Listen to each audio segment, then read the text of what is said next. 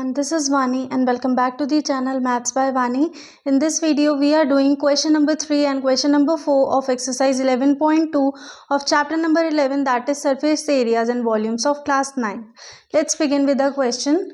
Find the total surface area of a hemisphere of radius 10 cm. अब आपको क्या निकालना है? Total surface area of hemisphere निकालना है जिसका कि रेडियस हमें दिया हुआ है 10 सेंटीमीटर. देखो हेमिस्फेरिकल बाउल कह सकते हैं, हेमिस्फेयर कुछ इस टाइप का होता है ना, स्फेयर का आधा इज हेमिस्फेयर, तो इसका रेडियस उन्होंने आपको दिया हुआ है कितना?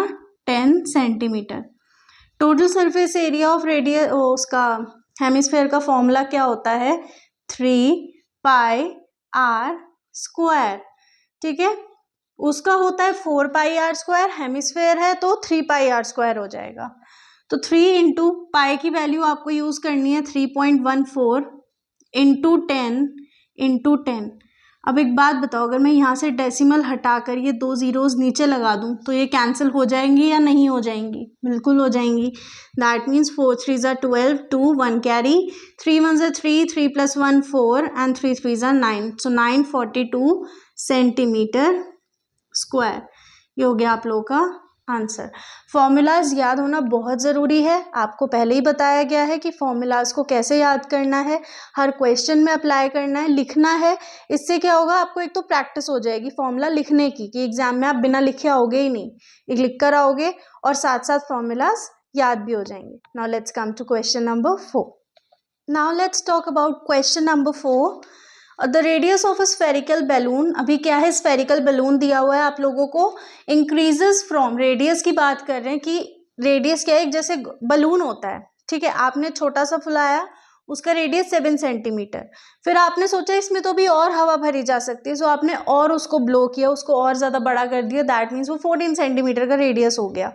As air is being pumped into it, find the ratio of surface area of the balloon in two cases. यानी कि दोनों केसेस में जब रेडियस 7 सेंटीमीटर था तब क्या सरफेस एरिया था, एंड जब 14 सेंटीमीटर हो गया रेडियस तो क्या सरफेस एरिया. इन दोनों का हमें रेशियो बताना है. ठीक है, तो चलो सबसे पहले हमें रेडियस 1 दिया हुआ है, दैट इज 7 सेंटीमीटर.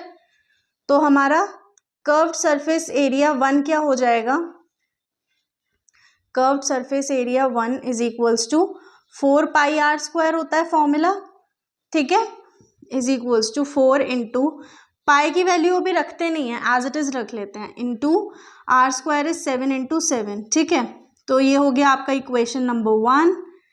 एंड फिर हम आते हैं कर्व्ड सरफेस एरिया 2 पर, जिसमें कि R2 हमें दिया हुआ है 14 centimetre.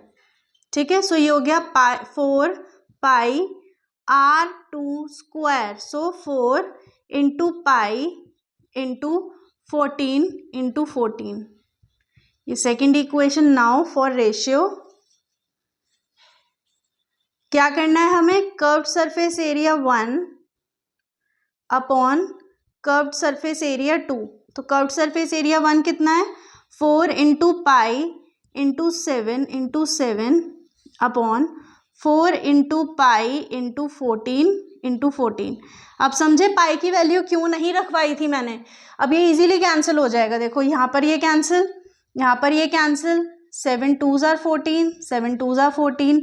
So therefore ratio is 1:4. घबराना नहीं होता है क्वेश्चन को देख के, उसको समझना होता है कि उसके बीच में कौन सा फंडा लग रहा है, क्योंकि maths is all about fundas. ठीक है, कॉन्सेप्ट्स अगर आपके क्लियर हैं. अब यहाँ पर हमने क्वेश्चन पढ़ा, हमें 1 सेकंड में पता लग गया कि क्या चीज़ की यहाँ रिक्वायरमेंट हो रही है और हमने उससे अपना आंसर निकाल दिया. ठीक है, सो प्रैक्टिस करो ज़्यादा से ज़्यादा, इसलिए बार बार कहती हूँ प्रैक्टिस करो. कोई क्वेरी आती है तो वो या तो आप इंस्टाग्राम हैंडल पर या फिर कमेंट सेक्शन में भी ले सकते हो. सिंपल आपको ये बोलना है मैम क्वेरी है, तो या तो आप मेरे को उसकी फ़ोटो भेज सकते हो कि भाई मैम ये क्वेश्चन है, या फिर आप वो क्वेश्चन लिख कर भी दे सकते हो. सॉल्यूशन आपको 100% मिलेगा.